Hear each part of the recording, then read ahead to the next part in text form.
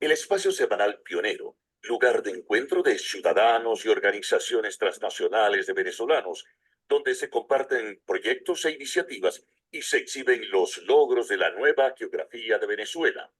En el aire desde 2017, a través de rcr750.com, la emisora también pionera de la radio venezolana. Y, tras su breve receso, ahora en el canal del Observatorio de la Diáspora Venezolana, conducido por el profesor Tomás Páez y su equipo.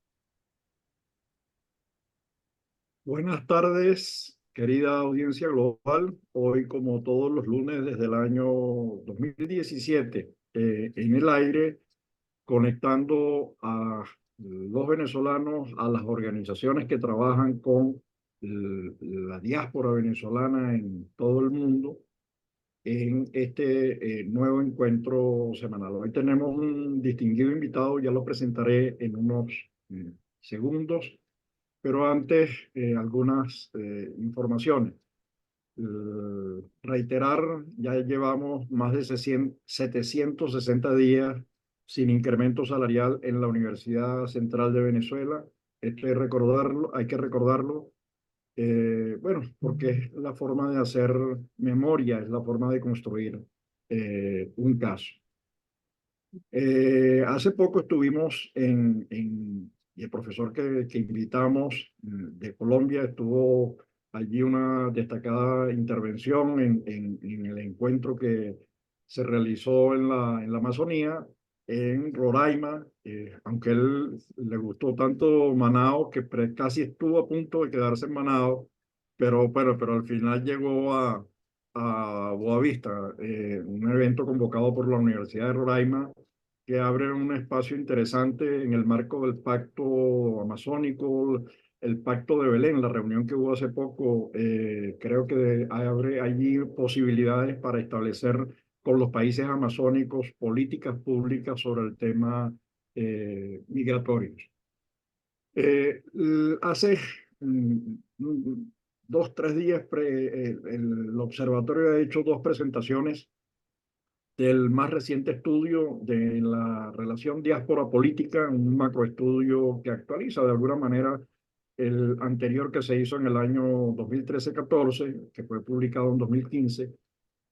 Por cierto, que como tenemos un invitado de Colombia, también allí en Colombia está el libro editado por la editorial, uy, ahorita se me olvida el nombre, pero está editado en Colombia y la librería que lo distribuye es una librería que tiene una gran cadena que es la Lerner en Colombia. La otra presentación fue con la gente de Venezuela Press y el Grupo Orinoco. El debate fue interesante, los datos son contundentes, tanto los datos duros del observatorio como los datos que levanta la información con la encuesta. Y dos últimas cositas, tenemos ya tres publicaciones en puertas, la del Manual de Gestión de de las Organizaciones de la Diáspora, editada por, ya veremos cómo se va a editar, pero en todo caso está hecho el trabajo, está hecho el trabajo de la relación diáspora y política, y uno más reciente que es la de las estrategias de gobernanza y la creación del Instituto Venezolano de la Diáspora, también en manos del observatorio. Pero para no alargar esto, tenemos a un gran experto, profesor William Mejía. Hace un par de, no sé si años, pero lo tuvimos presentando en otro contexto que eran las diásporas latinoamericanas en Latinoamérica. Y él, como colombiano, hizo la presentación de la diáspora colombiana en el mundo. William es, además de profesor, es investigador y consultor internacional, experto en el tema migratorio, es por supuesto docente universitario del Instituto de Migraciones en la Universidad de Pereira y además dirige, coordina, participa, es miembro de la Red de Migración Latinoamericana y de la Red Colombia Migra. Yo le agradezco al profesor William habernos incorporado a una serie de redes que trabajan y se comunica con el tema migratorio, lo que le permite a uno aproximarse más a mayor número de personas que trabajan el tema. William, primero agradecerte enormemente tu tiempo. Bueno, tú eres consultor, eres investigador, eres profesor, tienes un tiempo limitado, pero entonces, por eso aún más este agradecimiento.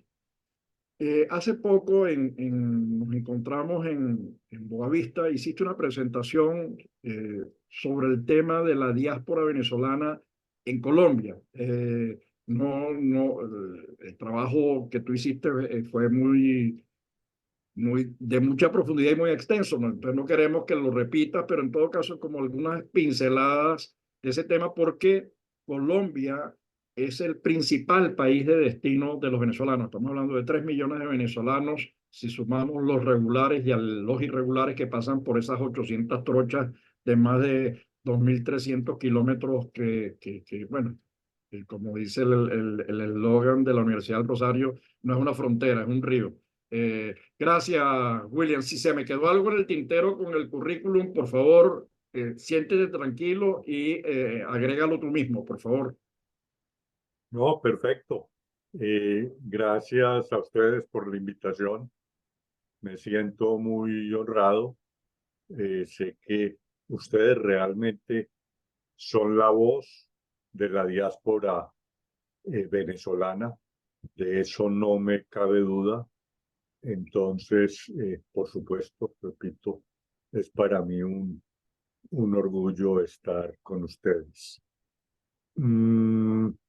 Empezando con lo que me preguntas, unas pinceladas sobre el trabajo que presenté allí en Boavista. Lo que hice fue una revisión de 25 trabajos que se habían publicado en Colombia y en otras partes, no solo en Colombia, sobre el impacto de la llegada de los venezolanos al país en el mercado laboral, particularmente en el nivel de empleo y en el nivel de los ingresos. Tradicionalmente, de los argumentos que hay en contra de los migrantes que más exhiben los xenófobos, pues es de que los migrantes llegan a quitarle el puesto a los nacionales, que llegan a aumentar el desempleo. Estos estudios que revisé, que trabajaron con distintas metodologías, distintas para distintos momentos, coinciden todos en que, si bien hay un impacto en el empleo, ese impacto es mínimo. Es un impacto que no tiene un significado importante en el mercado laboral colombiano y puede impactar a nivel global del mercado en el país. Finalmente no hay impacto, en eso coincide, pero hay impacto en en el mercado informal, por ejemplo, en algunas ciudades, por ejemplo, Cúcuta, Riohacha, cosas de ese tipo, pero que el mínimo. Lo mismo ocurre en el nivel de salarios.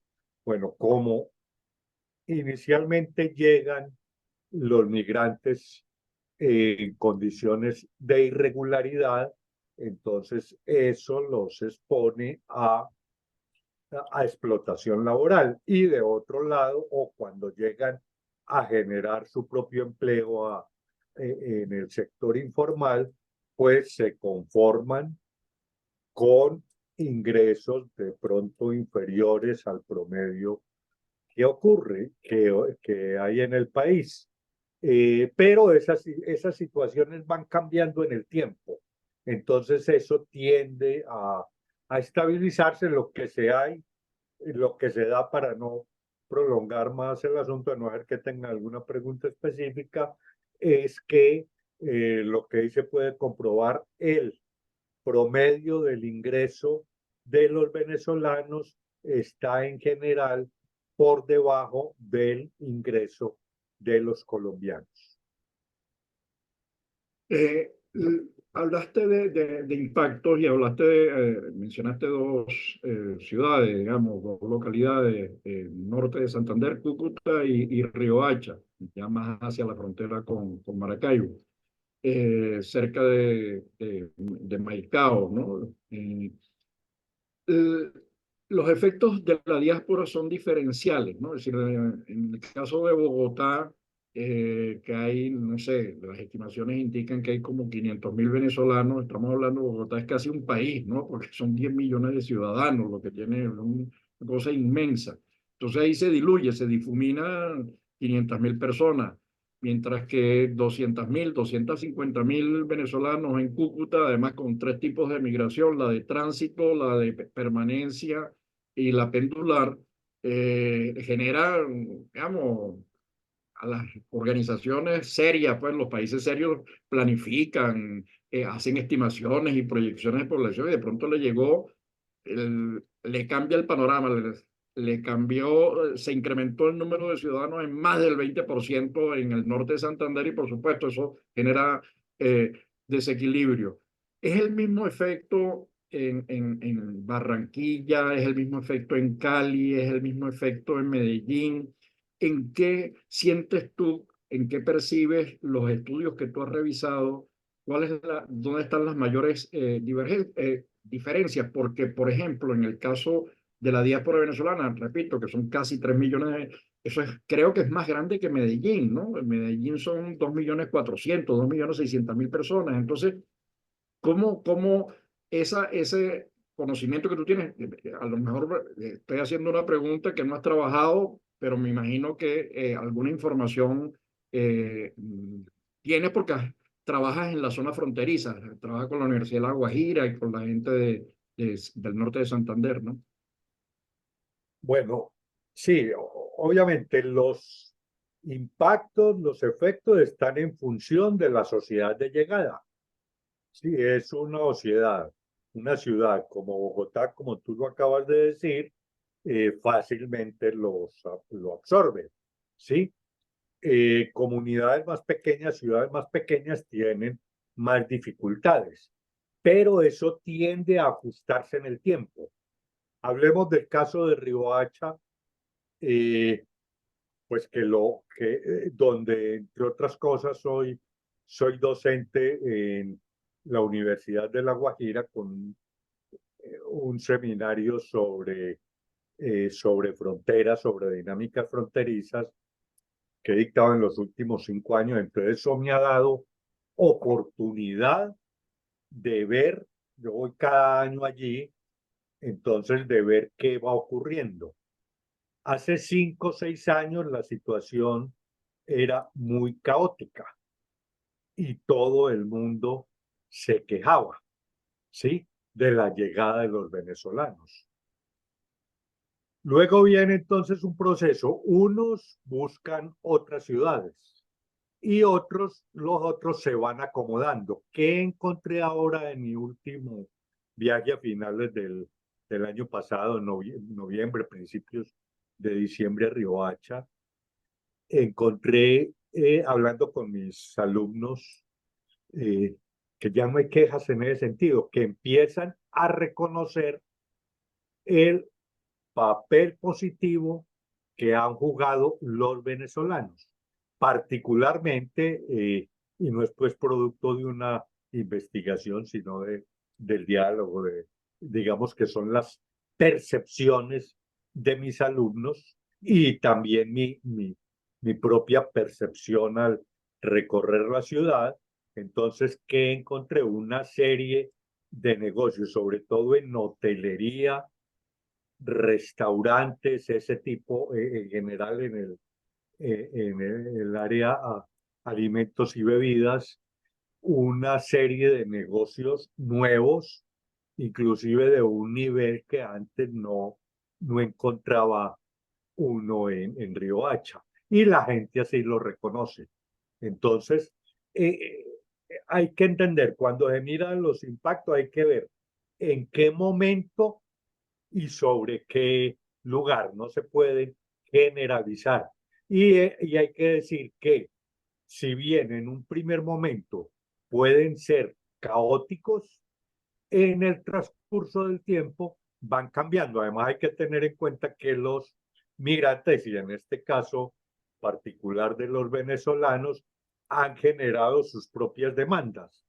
Cuando a un país se le agregan 3 millones de personas en cosa de 5 o 6 años, pues bueno, de un lado viene cómo atenderlas y todo esto, que también se va acomodando y va cambiando, pero de otro lado hay 3 millones de personas más que consumen, que comen todos los días, que demandan servicios, que pagan impuestos, ¿sí? Así sea, así no consideres impuestos de renta, pero los impuestos sobre el valor agregado, todos los impuestos que pagan todas las personas. Entonces, esas situaciones se dan. Inclusive, los venezolanos se han dispersado por todo el territorio colombiano. La semana pasada hablaba con un amigo de un pueblo del Chocó en el que viví un buen tiempo, Nuquí, y le decía, bueno, ¿cómo está la situación allá de los venezolanos? Me dice, no, aquí han estado llegando y es un pueblo, pues ahí a Nuquí no se puede llegar por carretera, solo se llega por aire o por mar. Es un pueblo de la costa pacífica y no, aquí están y hacen, trabajan. Y le dije, ¿hay algún tipo de reacción de la gente? Y me dijo, no, mi hermana vive en otro pueblo aquí cercano. Hay una gran cantidad de venezolanos, pues, con respecto al pueblo, y es gente toda, entonces se han convertido en el carpintero del pueblo. Bueno, todo el mundo generándose su propio trabajo. Mencionaste Riohacha y hay esas cosas que uno tiene que realzar, porque en Riohacha hay una forense colombiana que construyó el cementerio para los venezolanos, digamos, eran los venezolanos que estaban llegando, que no tenían ni dónde caer muertos. Resulta que una forense colombiana buscó los terrenos, se los solicitó al Consejo Municipal de la localidad, no recuerdo exactamente cuál. Y sabe, estas son unas cosas lindas que hay que mostrar frente a los discursos xenófobos que los hay. Hay que levantar esas experiencias hermosas, porque, y esto lo vinculo con el tema colombiano. Yo lo he dicho y lo he escrito, yo me quito el sombrero frente a lo que ha hecho Colombia. Para acoger la magnitud que ha acogido de venezolanos. Y lo hizo primero con el PEP, el permiso este temporal, hasta llegar al estatuto, es decir, cómo integrarlo. Le ha otorgado nacionalidad a los niños en condiciones de apatridia, es decir, ha habido una política de verdad de Estado que yo quiero felicitar y agradecer desde lo más profundo del alma, porque es verdad que no es fácil acoger a tantos millones. Estoy pensando en las parturientas que llegan a Barranquilla y bueno, son recursos que tiene que destinar el Estado. Es verdad lo que tú dices, William, que toda migración aporta, pero al momento también genera unos ciertos desequilibrios. Por ejemplo, metros cuadrados y profesores para el tema educativo. Ya eso para el 30% de los muchachos, estamos hablando de 3 millones, el 30% es una buena cantidad de estudiantes, ¿no? Entonces, ¿cómo evalúas tú, siendo colombiano, la actitud de la sociedad y el gobierno colombiano frente a la migración venezolana? Hombre, yo me siento orgulloso, a decir verdad, de reconocer que distintos gobiernos, realmente ha sido una actitud más bien de Estado, gobiernos de distintos tintes políticos han tenido una respuesta positiva. Sí, y yo no me he caracterizado en mi vida propiamente nunca por ser gobernista, siempre he sido crítico de todos los gobiernos, sí, pero frente a este caso también me quito el sombrero. Fueron unas reacciones positivas que empezaron en el gobierno de Santos. Luego el estatuto vino a darse en el gobierno de Duque, un gobierno absolutamente de derecha uribista, y ahora fue continuado por Petro, un gobierno de izquierda. Y realmente los impactos en un comienzo eran bien complicados. Entonces, digamos que se fue aprendiendo. Inicialmente era la atención humanitaria, entonces era cómo bueno, nunca llegamos a tener el tipo eh, de campamentos enormes que vimos en el Brasil. Eso nunca lo llegamos a tener y que es otra cosa que también nos sorprendió. Pero sí, en la medida de las capacidades, entonces se empezaron a dictar medidas para recibir, atender en los hospitales inicialmente a las mujeres y a los niños, luego atender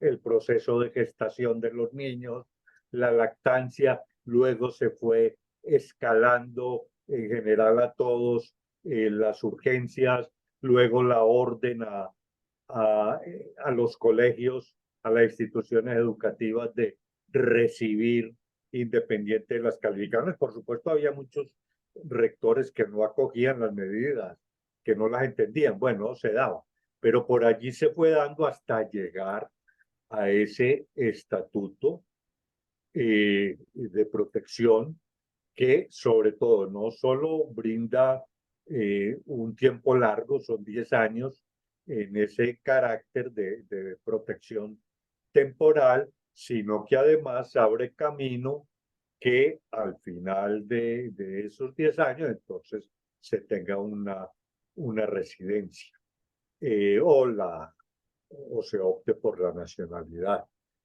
Sí, realmente en la revisión que se hizo del pacto por la migración segura, ordenada y regular en América Latina y el Caribe, que revisión que se hizo ya hace año y medio, va para 2 años, pues se pudo destacar y apareció eso como un ejemplo. Pero en general podemos decir que Latinoamérica de pronto no al mismo nivel de Colombia, pero en general ha habido medidas de regularización hacia los venezolanos positivas en el Perú, en el mismo Ecuador, Argentina, ya que tenemos a Julieta por allí, Argentina mediante el mecanismo de residencia Mercosur, en general se ha dado acogida, siendo paradójico que a pesar de, inclusive el mismo Chile ha terminado regularizando o la mayor parte de los latinoamericanos y particularmente de venezolanos que hay allí están regularizados. No obstante, paralelo a eso y paradójicamente se han asumido en la región medidas como la militarización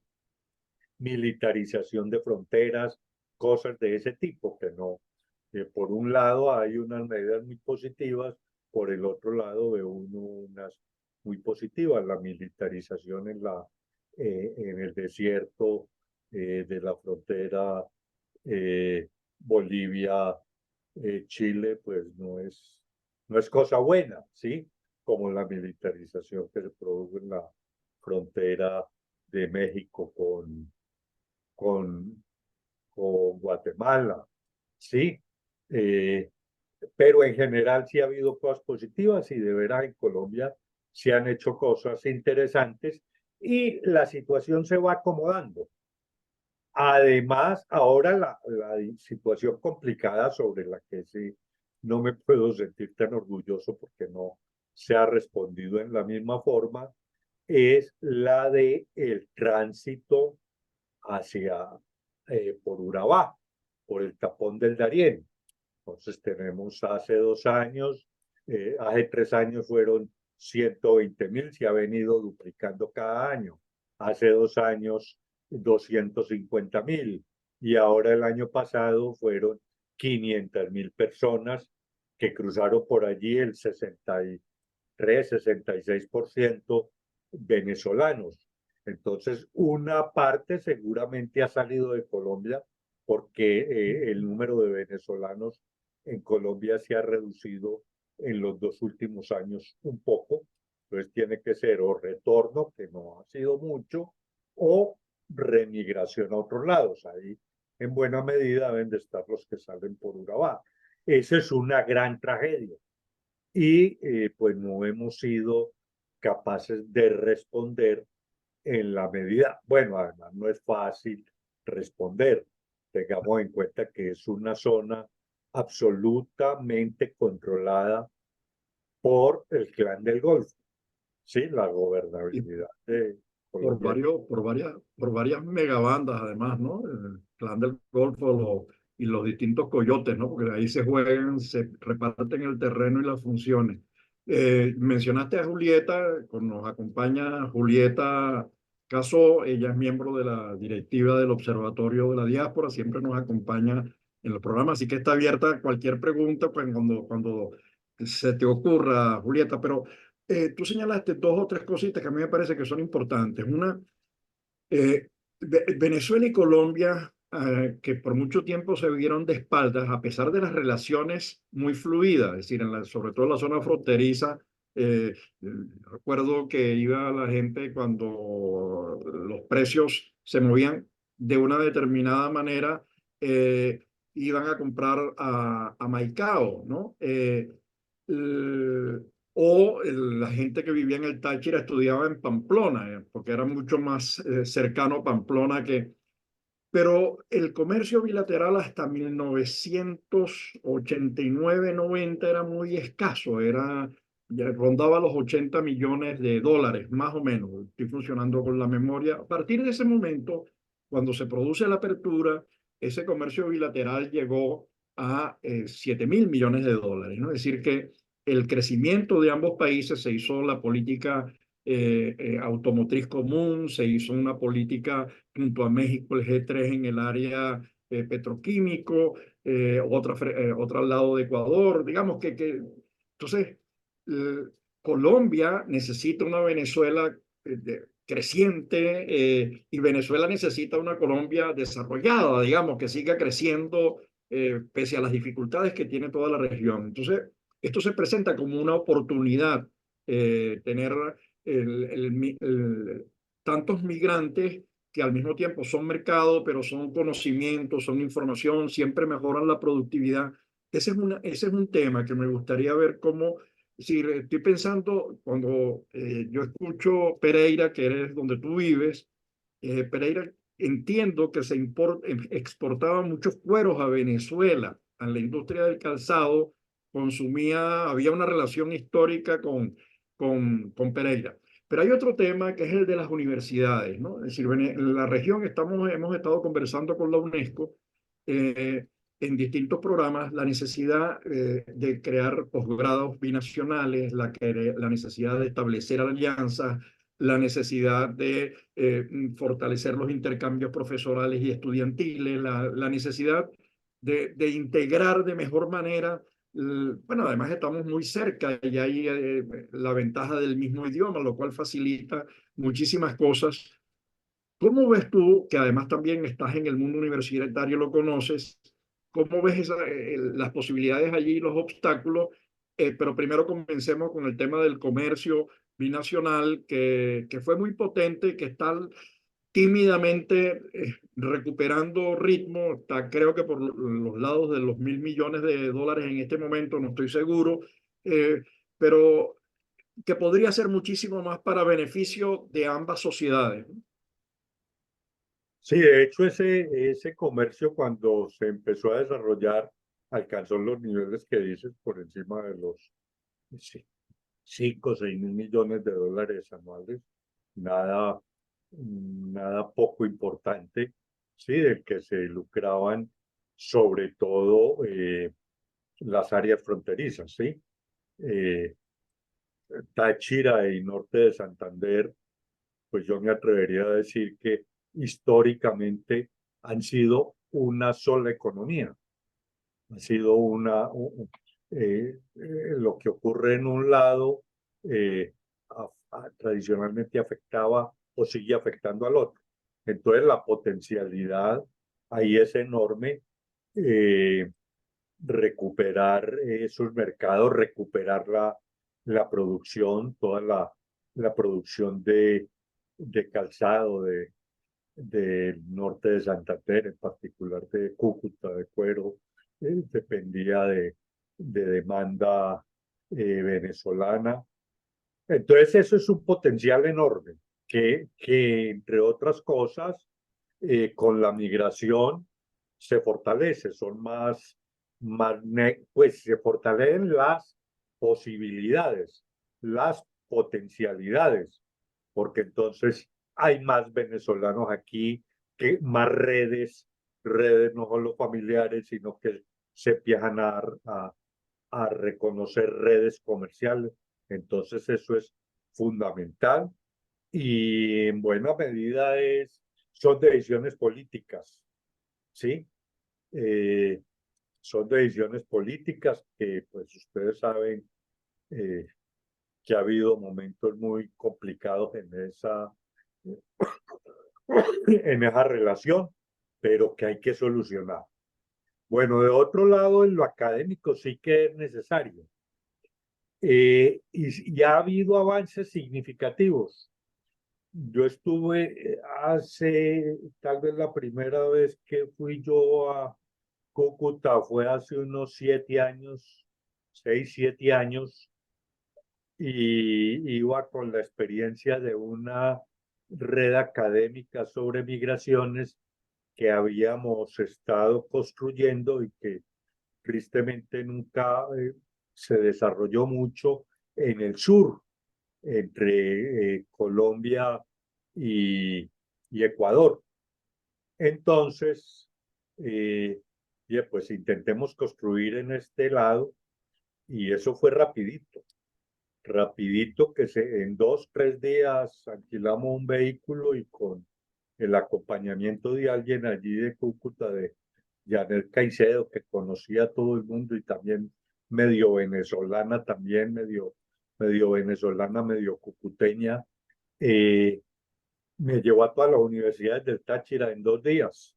Sí, en todas partes hablamos con docentes y luego otro tipo de contactos. Bueno, lo cierto fue que logramos conformar una red colombo-venezolana de académicos de ambos lados. Entonces, allí hay gente de Colombia, particularmente de las universidades de norte de Santander y de Guajira. Y por el lado venezolano hay investigadores y docentes, sobre todo el Táchira y el Zulia. Y fluye, tú que haces parte ya de esa red, ves que fluye mucha información. Pero hay que superar, eso es lo bueno y el potencial. Lo otro viene en la tarea que vos has empezado a plantear y que es el segundo paso que hay que dar, es institucionalizar esas relaciones. Ahora son unas relaciones más entre individuos. Claro que así es que se construyen las relaciones fuertes, partiendo de las personas. Pero esas relaciones fuertes que se han construido ya son la base y yo creo que esa tarea, que el llamado a cumplir esa tarea sos vos, ¿sí? El observatorio de la diáspora, pues para no particularizarlo en persona y no el observatorio de la diáspora, puede ser la llamada a generar esas relaciones interinstitucionales, ya que se formalicen mediante convenios, mediante programas de universidades del lado y lado. Por ahí en estos días empezó a darse algo medio ha funcionado, algún convenio con la Universidad Central de Venezuela, pero de algunos académicos del lado colombiano y del lado venezolano, pero falta algo de institucionalidad allí para un diplomado, pero entiendo que podría tratar de replicarse esa situación tomando el observatorio como eje y replicar lo que ustedes han hecho con la Universidad Central de Venezuela, que es distinto a lo que yo acabo de mencionar. Sí, lo que acabo de mencionar es un asunto distinto, pero lo de ustedes es más formal y pues hombre, en lo que yo pueda colaborar, pues que es fundamentalmente contactando mi potencial, pues sí, desarrollar eso. Hay una gran cantidad hay muchos estudiantes colombianos que por razones de costos se han metido a programas en Venezuela. Les sale mucho más económico, sobre todo maestrías y doctorados. Pero si juntamos el potencial académico de ambos lados, pues eso se dispara y puede inclusive internacionalizarse más allá de Colombia, Venezuela. Es un gran potencial porque en ambos lados hay un nivel académico importante, un grupo de académicos muy destacados, ¿sí? Pues yo sobre todo conozco los que se mueven en las áreas de las ciencias sociales, pero sé que no es solo en ellas, ¿no? No, eso es que yo creo que por ahí vamos, esa reunión que se produjo en Boavista con la universidad, con la responsable del tema internacional, ya pensando incluso en políticas públicas para los países amazónicos, ¿no? Digamos, cómo manejar, y hay unos pactos que lo permitirían, hay unos marcos de política que son tanto el Pacto Amazónico como el Encuentro de Belén, pero además está el observatorio mismo de la diáspora brasilera, que está muy interesada y algunas universidades, entonces hay.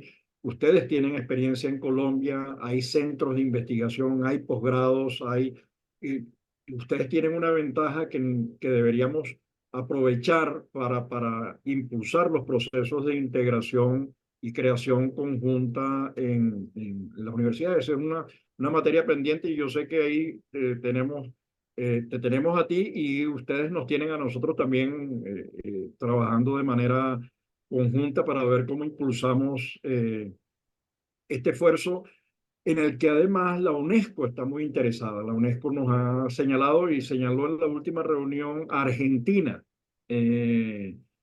buscando una mayor participación de Argentina y también de Colombia en esta área. ¿Cómo llegar a acuerdos? ¿Cómo impulsar? Porque bueno, esa es una tendencia y tenemos además capacidades. Si lo que yo vi de las investigaciones que tú estás haciendo, la que está haciendo la gente de Perú y la gente de Chile, más la gente de Brasil, oye, eso es un conocimiento invaluable. Y eso me lleva, ya para ir cerrando el programa, a algo que tú señalaste referido a Colombia y lo vivimos en Brasil. Yo creo que Latinoamérica está haciendo una cosa en política migratoria que es ejemplar.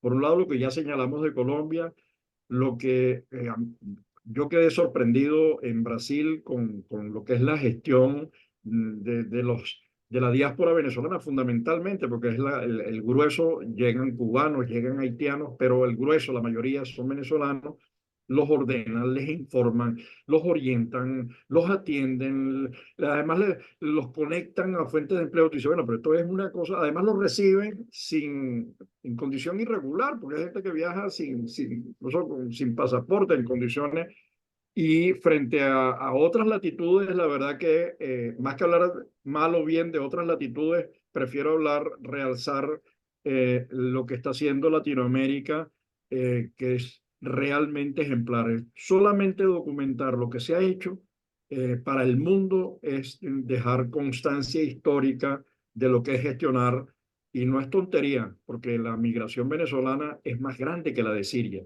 Si Siria le generó problemas a Merkel con el partido en Baviera, hay una polémica fuerte que incidió o que intervino como otra de las causas en la caída de Merkel, que entendía la importancia de la migración. Lo que ha ocurrido en Latinoamérica es que han manejado varias diásporas de magnitudes impresionantes. Entonces, bueno, lo dejo hasta allí. No sé si quieres decir algo para reforzar proyectos, ideas, o lo que, si dejamos de consultar algo, William, por favor, siéntete libre de ir cerrando el programa.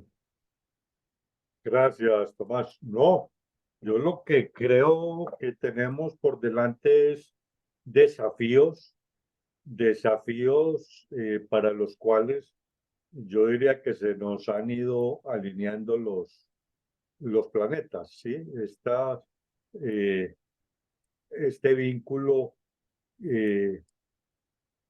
de nosotros, de las redes que hemos construido con el observatorio, este estrechamiento, sí, el trabajo que ustedes tienen allá, el trabajo que tenemos aquí, las posibilidades que observamos en Brasil, sí, son de una gran potencialidad. Mencionaste a la UNESCO, yo sé por alguna experiencia que en algún momento conocí,